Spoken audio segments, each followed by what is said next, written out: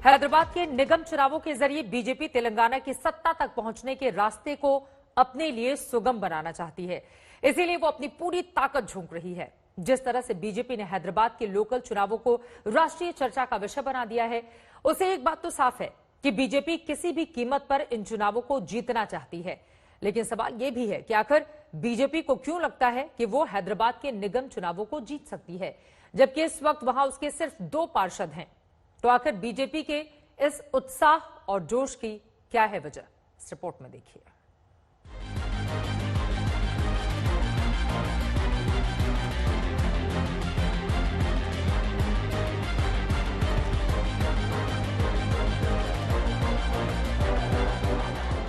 होने तो हैदराबाद निकाय के चुनाव है, लेकिन हर पार्टी प्रचार ऐसे कर रही है मानो लोकसभा की जंग लड़ रही है। हैदराबाद निगम में 99 सीट की पार्टी टीआरएस के मुखिया और तेलंगाना के मुख्यमंत्री के चंद्रशेखर राव रैलियां कर रहे हैं।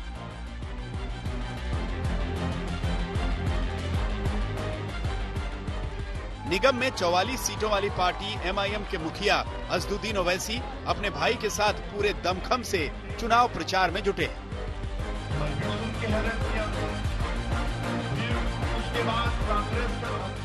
लेकिन सबसे ज्यादा उत्साहित है निगम में 2 सीट वाली पार्टी बीजेपी, जिसने लोकल चुनाव के लिए राष्ट्रीय स्तर के नेताओं और मंत्रियों की फौज उतार दी है।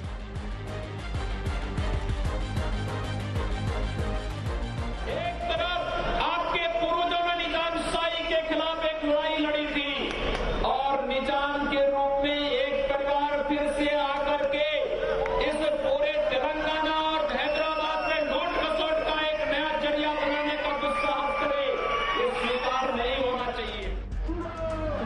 आखिर बीजेपी के इस उत्साह की वजह क्या है? पहली वजह यह है कि इसी महीने तेलंगाना के दुब्बाक विधानसभा सीट पर हुए उपचुनाव में बीजेपी ने टीआरएस को हराया था।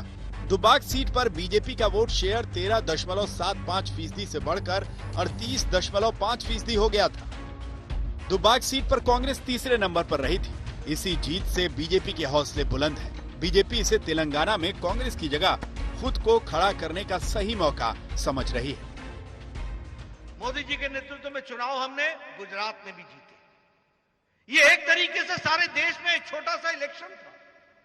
8 सीटें हैं गुजरात में, 8 की 8 भारतीय जनता पार्टी की झोली में गई। हमारे यहां 7 चुनाव हुए उत्तर प्रदेश में, 6 सीटें भारतीय जनता पार्टी को गई। आपके यहां एक चुनाव दुबाका में हुआ, ऐसा धमाका आपने किया कि यहां भी आप चुनाव जीत करके आ गए। बीजेपी को लगता है कि हैदराबाद के निकाय चुनाव उसके लिए वार्म अप जैसे होंगे, जो टीआरएस पर चोट करने का सही मौका है। जीएचएमसी तकरीबन 24 विधानसभा सीट में फैला है। तेलंगाना की जीडीपी का बड़ा हिस्सा यहीं से आता है। जीएचएमसी का बजट लगभग 5,500 करोड़ रुपए सालाना है।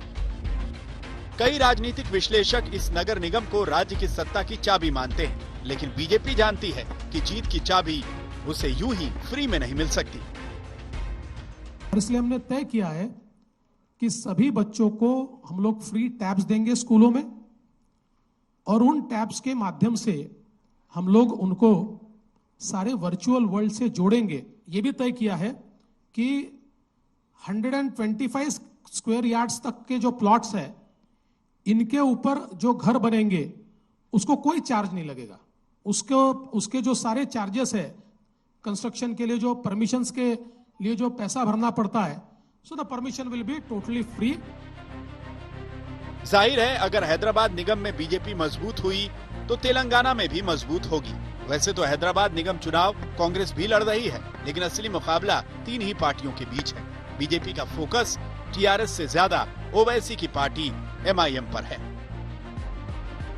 दरअसल हैदराबाद में तकरीबन 40% मुसलमान आबादी है। एआईएमआईएम के चीफ यहीं से लोकसभा सांसद हैं। हैदराबाद की सभी 7 विधानसभा सीटों पर एमआईएम का कब्जा है। साथ ही बीजेपी इस भ्रम को भी तोड़ना चाहती है कि एआईएमआईएम बीजेपी की बी टीम है। इसीलिए बीजेपी के हर नेता के निशाने पर ओवैसी और उनकी पार्टी है। The saffron Hindutva symbol of the country, this Tiranga must be flying high. We don't want the Razakars to come back to power in MIM. Who is Owaisi? Owaisi is Muhammad Ali Jinnah's new avatar. We must defeat him. A vote for Owaisi will mean a vote against India. दुर्भाग्य का विषय है कि जहां तक परिवार और उसके दोस्त का सवाल है, वो GHMC का चुनाव नहीं लड़ रहे हैं, वो FFMC प्राइवेट लिमिटेड का चुनाव लड़ रहे हैं। FFMC प्राइवेट लिमिटेड मतलब फैमिली फ्रेंड प्राइवेट लिमिटेड।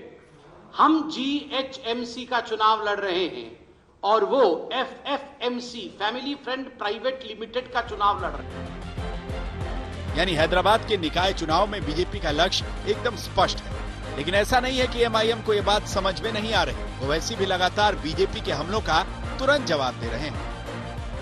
बात आकर हैदराबाद के पुराने शहर को कहती है कि यहाँ पर पाकिस्तानी है, रोहिंग्या है, अफगानी है और हम सर्जिकल स्ट्राइक करेंगे। अगर बीजेपी पुराने शहर में सर्जिकल स्ट्राइक करेगी तो 1 तारीख के दिन पूरा हैदराबाद इंशाअल्लाह ताला मिलकर बीजेपी के ऊपर एक डेमोक्रेटिक स्ट्राइक करेगा और डेमोक्रेसी को बचाएगा। अब वैसे कुछ भी कहें, लेकिन बीजेपी ने हैदराबाद के चुनाव में अपने चिरपरिचित अंदाज में जो मुद्दे उछाले हैं, उससे बचने के चक्कर में TRS और MIM भी स्थानीय मुद्दों से भटक रहे हैं। उनका सारा टाइम यही बताने में बीत रहा है कि बीजेपी से उनकी कोई टक्कर नहीं। कलमा पढ़ने वाला मुसलमान हूं, किसी के बाप से डरने वाला नहीं, ना ही कल के चाय वाले से डरने वाला, ना ही कोई योगी खोगी से डरने वाले हैं। कुल मिलाकर हैदराबाद के लोकल चुनावों को बीजेपी राष्ट्रीय चर्चा के केंद्र में ले आई। बीजेपी निगम चुनाव में कितनी सीटें जीतेगी, इसका तो वो खुद भी कोई दावा नहीं कर रही, लेकिन बीजेपी चुनाव के सेंटर स्टेज पर तो पहुंच ही गई है। ये अपने आप में बीजेपी की जीत है। हैदराबाद से आशीष पांडे और आशुतोष मिश्रा के साथ आज तक ब्यूरो।